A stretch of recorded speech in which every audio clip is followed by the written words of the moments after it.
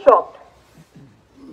सख्ते में तो हम भी आ गए जिस वक्त ये सब कुछ हुआ, लगता है कि बिल्कुल नाउम्मीद हो गए नहीं है। तो इसलिए मैंने, वो भी एक वजह है कि मैं एक तो आपसे बात करना चाहती थी, आपकी सवालों की बौछार का सामना करना चाहती थी, और उसके साथ साथ अपने लोगों को एक पैगाम देना चाहती थी मैं, जो जम्मू कश्मीर के लोग हैं उनको एक ये पैगाम देना चाहती थी मैं कि चोर कितना भी बड़ा हो, डाकू कितना ही बड़ा हो, कितना ही खूंखार हो, उसके पास कितने ही हथियार हो, मगर जब वो डाकाजनी करता है तो वो माल लौटाना पड़ता है। इसलिए जो 5 अगस्त 2019 को जो डाकाजनी हुई, जो हमसे चुराया गया, वो किसी कानून के तहत नहीं लिया। अगर कानून के तहत लिया गया होता, बातचीत के जरिए लिया गया होता, तो हम समझते कि ये चीज हमसे चली गई, अब ये वापस नहीं आएगी। मगर जो चीज डाकाजनी करके, प्लंडर करके, लूट करके लूटी गई हो, जिसमें कि उन्होंने अपना जो संविधान है, जिसकी ये कसम खाते हैं, इंडियन कॉन्स्टिट्यूशन आईन की कसम खाते हैं, चाहे वो कोई मेंबर पार्लियामेंट हो, चाहे इस मुल्क का वजीर आजम हो, उन्होंने उस कॉन्स्टिट्यूशन की, उस संविधान की धज्जियां हो। क्योंकि किसी भी पार्लियामेंट मेंबर के 500 के बजाय अगर ये 1000 भी होंगे, इनके हाथ में वो ताकत कतन नहीं है कि वो जम्मू कश्मीर में जो 370 जो हमारी पोजीशन है, या 35 है, या हमारी जो स्पेशल पोजीशन है, उसको वो छीन सके। They don't have any powers.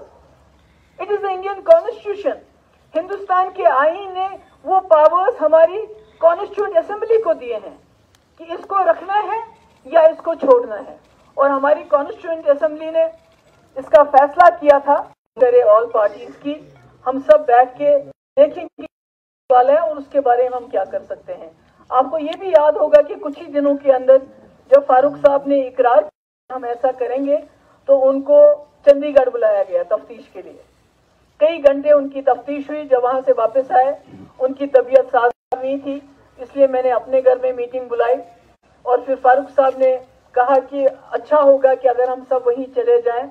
तो हम सब, सजाद लोन साहब, बाकी जितने भी लोग थे हमारे साथ, हम वहीं चले गए, और वहां हमने एक ऐलानिया, जिसको गुटका डिक्लेरेशन का नाम दिया जाता है, उसका ऐलान किया कि हम मेन स्ट्रीम पार्टी जो यहाँ की हैं, हम इकट्ठा हो जाएंगे, जिसमें पीपल्स कॉन्फ्रेंस के सजाद लोन साहब भी हैं, अवामी नेशनल कॉन्फ्रेंस भी हैं, और नेशनल पार्टी जो कम्युनिस्ट पार्टी है वो भी हमारे साथ होगी। और हमने ये इरादा किया है जो हमसे छीना गया है उसको हम हासिल करेंगे। मुझे खुशी है इस अरसे में, जब मैं बंद थी तो फारूक साहब मेरे घर आए, मेरी वालिदा से मिले, उनको हिम्मत उनकी बांधी। उसके बाद जब मैं छूटी तो उमर साहब भी आ गए, फारूक साहब भी आ गए, सजाद लोन साहब आ गए, तारिक आमी साहब आ गए।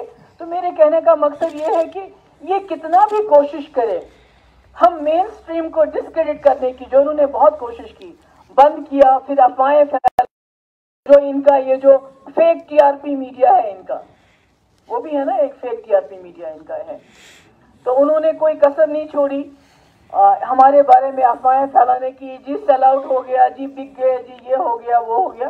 तो मैं आपको कहना चाहती हूँ कि मैं जितनी देर भी हम अंदर थे, तो हमने अपना जो हमारा एजेंडा है, अपना जो हमारा अहद है, उसको हमने डाइल्यूट होने नहीं दिया। बड़ी आजमाइशें आ गई, बड़ी मुश्किलात आ गई, हम उस पर खड़े हैं, तब भी खड़े थे, आज भी खड़े हैं।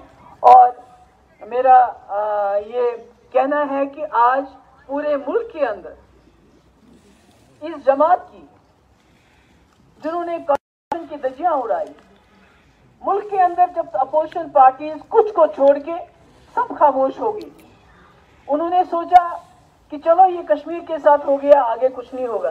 मगर उसी कॉन्स्टिट्यूशन की धज्जियां उड़ाते हुए बीजेपी ने सिटीजन अमेंडमेंट एक्ट पास किया, पोलराइज किया लोगों को। उसके बाद आप किसानों के खिलाफ जो लॉ बनाया, इसके बाद मुझे लगता है कि ये जो हमारी डाउन ट्रॉडन जो हमारी कम्युनिटीज हैं, जिसमें दलित हैं, बाकी लोग आते हैं, उनके भी जो हकूक उनको मंडल कमीशन मिले वो भी छीनेंगे। यानी ये लोग, जो बीजेपी का मैनिफेस्टो है, इस मुल्क की कॉन्स्टिट्यूशन को उससे रिप्लेस करना चाहते हैं। اور یہ بات زیادہ دیر چلے گی نہیں. یہاں بڑے فرعون آئے ہیں, بڑے بڑے آئے ہیں, بڑے لوگ دیکھے ہیں, ہٹلر آیا ہے, مگر یہ تاناشاہی زیادہ دیر چلے گی نہیں. اور دوسری بات یہ ہے کہ میں آپ کو بتانا چاہتی ہوں کہ ان کی کوشش ہے گول پوسٹ چینج ہو جائے. ان کی کوشش ہے کہ لوگ اگر بات کریں تو 370 کی بات تو ہمارے منہ سے نکلنی نہیں چاہیے. مگر آپ نے دیکھا کہ وہ جو ان کا کوئی وہ یو پی کا وہ جو وردی پہنے ہوتا ہے, وہ کس کلر کی, نارنگی رنگ کی, اس نے کل کیا بولا, جب ووٹ مانگنے کے لیے کوئی ان کے پاس کارکردگی نہیں ہے, they have nothing to show. کہتے ہیں آپ جموں کشمیر میں آپ زمین خرید سکتے ہو, ہم نے 370 وہاں سے ہٹا دیا. اس کے بعد بولا کہ ہم مفت کے ویکسین دیں گے, مگر آج وزیر اعظم کو, نریندر مودی جی کو پھر 370 کی بات کرنے کے لیے. یعنی ہمیں سمجھنا چاہیے کہ یہ سرکار جو اس ملک کے مسئلے مسائل ہیں ان کو سلجھانے میں ناکام ہو گئی ہے. اور چونکہ چاہے اکانومی ہو, اب ہم بنگلہ دیش سے بھی پیچھے چلے گئے ہیں, چاہے ایمپلائمنٹ کی بات ہو, چاہے دوسرے ترقی کی بات ہو, اس میں ناکام ہو گئے. تو کیا کرتے ہیں, they are flogging minorities, they are flogging Kashmir. Media میں کشمیریوں کو, مسلمانوں کو, even Dalits for that matter ہے. اور جب یہ محاذ پہ فیل ہو جاتے ہیں تو ان کو کشمیر 370 یاد آتا ہے. تو میرا یہ کہنے کا مقصد ہے کہ ہماری لڑائی 370 کے لیے ضرور ہے, مگر جو مسئلہ کشمیر ہے, میں آج ان کو بتانا چاہتی ہوں جو دلی میں بیٹھے ہیں, دلی دربار میں لوگ ہیں, مسئلہ کشمیر مسئلہ ہے. آپ کبوتر کی طرح آنکھیں بند کر کے بلی کو نہیں بھگا سکتے. آنکھیں بند کی تو بلی کھا جائے گی آپ کو, آپ کا وجود نہیں رہے گا. اس لیے میری پارٹی جو ہم نے مفتی محمد سعید صاحب نے 99 میں بنائی تھی, جس کا سب سے بڑا مقصد ہے کہ جموں کشمیر کو اس دلدل سے نکال کے اس ریجن کے اندر ایک پل بنانا ہے, ان کا پل. اور جب آج دیکھتے ہیں چائنا ایک طرف سے ہمارے بارڈرز پہ ہے, دوسری طرف سے پاکستان کے ساتھ ہم دکم دکی کر رہے ہیں, تو ایسے میں مجھے لگتا ہے مفتی صاحب کا جو وہ ارادہ تھا, مفتی صاحب کا جو ایجنڈا تھا, کہ جموں کشمیر کے تمام راستے کھول دیے جائیں, اس کو ایک پل جائے, اس کو ساتھ کا فوکس بنایا جائے جو 7 کنٹریز ہیں. اس کے جو اتنے سالوں سے جو مسئلے مسائل لٹکے ہوئے ہیں ان کو ڈائیلاگ کے ذریعے حل کیا جائے. تو میں سمجھتی ہوں کہ جو لوگ یہ سمجھتے ہیں کہ یہ بھول جائیں گے, تھوڑی بہت 370 کی بات کریں گے, اس کو بھی بھول جائیں گے, پھر اسٹیٹ ہوڈ کی بات کریں گے, ان کو غلط فہمی ہے. ایسا کچھ نہیں ہوگا. یہاں کے جموں کشمیر کے مسئلے کے لیے ہزاروں نوجوانوں نے یہاں قربانیاں دی.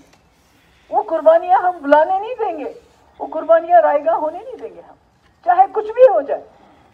آج تک یہاں کے لوگوں کا خون بہا, اب مجھے لگتا ہے ہم جیسے لیڈرز کے خون کی باری ہے. ہم کوئی تشدد نہیں چاہتے, ہم کوئی وائلنس نہیں چاہتے ہیں. ہم نہیں, کیونکہ وہ لوگ چاہتے ہیں, وہ لوگ ڈسرپٹ کرتے ہیں ہر چیز کو. جب سے انہوں نے 370 ہٹایا, انہوں نے کوئی کسر باقی نہیں رکھی ایسے قانون یہاں نافذ کرنے کی جس سے جموں کشمیر کے لوگ اشتعال میں آ جائیں. وہ اردو زبان کی بات ہو, وہ ڈومیسائل لا کی بات ہو, وہ سیکٹریٹ میں مسلمان آفیسرز کو درکنار کرنے کی بات ہو, وہ ہمارے یہاں کے جو وسائل ہیں, سینڈ, ریت, یہ بھی نہیں چھوڑی ان لوگوں نے ہمارے لیے. یعنی ان لوگوں کو جموں کشمیر کے لوگ نہیں چاہیے. جموں کشمیر کے لوگ ان کے لیے غیر ضروری ہے. they are expendable. The people of Jammu Kashmir are expendable for them. What they want is a territory. Territory تو ان کے پاس تھی. 5 اگست تک, مگر جب انہوں نے ایک رشتہ توڑ دیا جس کی وجہ سے ہم نے ان کے ساتھ الحاق کیا تھا, ایکسیشن کیا تھا, we are comfortable, we are not compatible, we are incompatible to today's India جو اس وقت انہوں نے بنایا ہے, جہاں مائنورٹی سیف نہیں, جہاں دلت سیف نہیں ہے, جہاں جموں کشمیر قبروں پہ ڈاکہ ڈال کے ہمیں बेइज्जत करने की कोशिश की गई। We are not comfortable. इनको सोचना पड़ेगा, आज नहीं तो कल इनको सोचना पड़ेगा कि ये मुल्क हिंदुस्तान की कॉन्स्टिट्यूशन पे चलेगा, ये बीजेपी के मैनिफेस्टो पे नहीं चलेगा। अगर ये खुद ही अपने कॉन्स्टिट्यूशन को दरकिरार करना चाहते हैं, उसको डेसिक्रेट करना चाहते हैं, तो ये कैसे एक्सपेक्ट करते हैं जम्मू कश्मीर के लोग उस आइन को, हमारा आइन खत्म किया जो इस मुल्क के आइन ने हमें दिया था। तो मेरा मकसद ये है कि मैं चाहती हूं कि हमारे लोगों को होना चाहिए, उम्मीद रखनी चाहिए। इंशाअल्लाह मुझे याद है कि जब मैं पहली बार उड़ी के, मैं कांग्रेस में थी, मैंने एक जलसे में तकरीर की थी कि ये रास्ते खोल दीजिए, यहाँ से हमारा चाहिए, वहां से पैसा आना चाहिए। जब मैं घर आई तो एक्सेलसियर ने ये रिपोर्ट किया था, आई थिंक अहमद अली फयाज साहब ने ये मेरे साथ इंटरव्यू किया था या मेरी तकरीर को कोट किया था। तो जब मैं घर आई तो शाम को मुफ्ती साहब है कि जम्मू कश्मीर के हल के लिए, जम्मू कश्मीर को जो पिंजरे में बंद किया है, इसको इससे निकालना पड़ेगा। किसी को यकीन नहीं था जब हमने बोर्ड लगाया कि मुजफ्फराबाद के रास्ते खुल जाएंगे, मगर रास्ता खुल गया।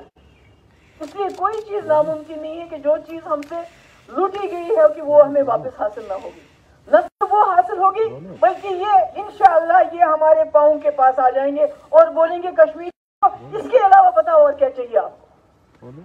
ये दिस अ पॉलिटिकल फाइट, ये एक सियासी जंग है जो हम पुरअमन तरीके से लड़ेंगे। और इसमें मैं चाहूंगी कि हमें आपके साथ की भी जरूरत है। हम तो इकट्ठे हो गए, लोगों को भी इकट्ठा होना है, क्योंकि ये जंग महबूबा मुफ्ती या फारूक साहब या सजाद गनी लोन साहब या उमर साहब अकेले नहीं लड़ सकते। हम इकट्ठे होकर भी नहीं लड़ सकते जब तक हमारे लोग भी इकट्ठे नहीं हो जाए। आप लोगों से बात करना चाहती थी, मिलना चाहती थी। मुझे मालूम है कि आपके जहनों में बहुत सारे सवालात होंगे।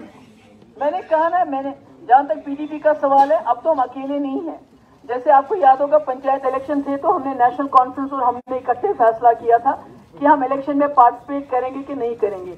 इसी तरह इस वक्त पहले में अपने जो हमारे वर्कर है अपनी पार्टी के अंदर डिस्कस करेंगे, उसके बाद पीपल्स अलायंस में हम ये बात डिस्कस करेंगे और जो वहां से फैसला इकट्ठा हम करेंगे वही फैसला सब पे जो है लागू होगा। मगर जहां तक मेरा पर्सन का सवाल है, मैं अपने झंडे और अपने आइन के अंदर इलेक्शन लड़ने में इंटरेस्टेड नहीं हूँ। महबूबा जी एक